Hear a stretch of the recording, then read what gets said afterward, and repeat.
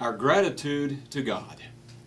Throughout the biblical story, God's people were commanded to do many things in response to their faith and their relationship and covenant with God, just as we are called to live out our faith in many ways today. We are to serve God and serve one another. We serve in our churches and we help one another and we share the good news and in our own community and around the world. The Hebrew people did many of the same kinds of things, of course in a different setting and under a slightly different covenant, but they expressed their faith in many ways.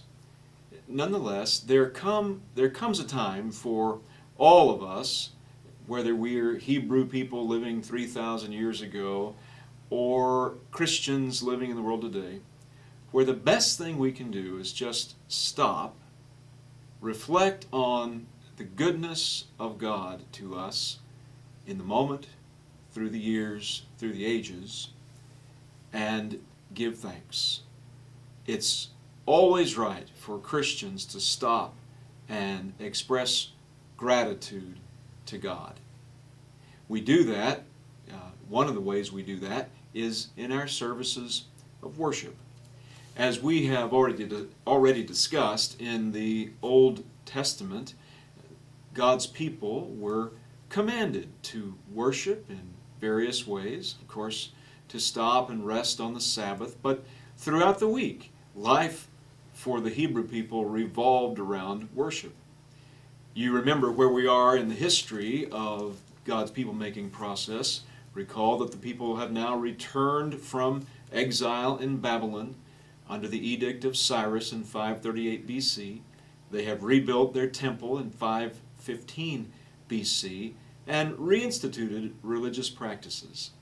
Indeed, the temple was to be the center, really, of Jewish life and provided the center of life for Jerusalem.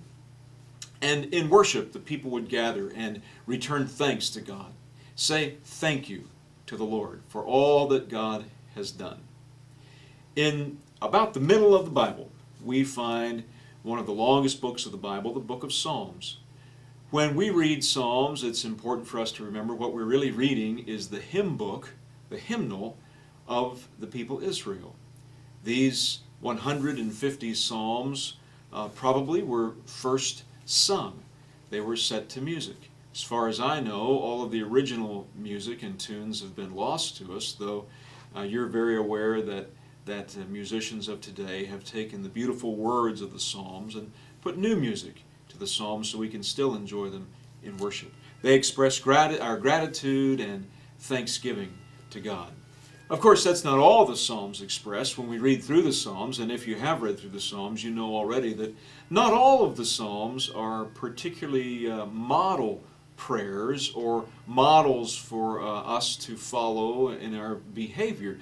Some of the Psalms express bitterness and in many ways an unforgiving attitude. Some of the Psalms express depression and despair. God, where in the world are you?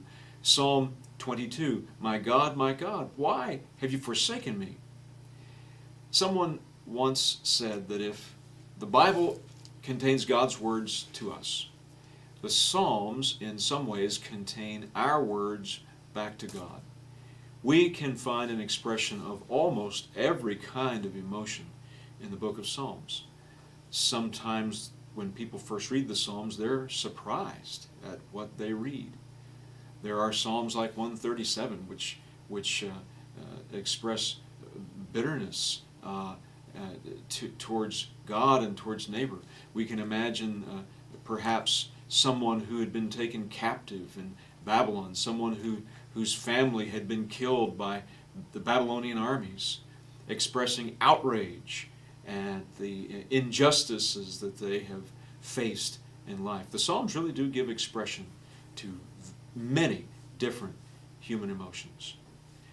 But in all and above all, through the Psalms, we see a real expression of faith to God through both the good times and the bad times, A recognition that God is with us when life is going well, and a recognition that even though we may not recognize God's hand in the moment of our suffering, nonetheless, God is with us always. And the Psalms express gratitude to God for all that God has done.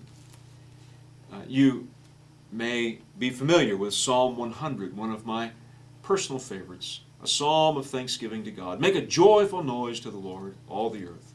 Worship the Lord with gladness. Come into his presence with singing. Know that the Lord is God. It is he that made us, and we are his.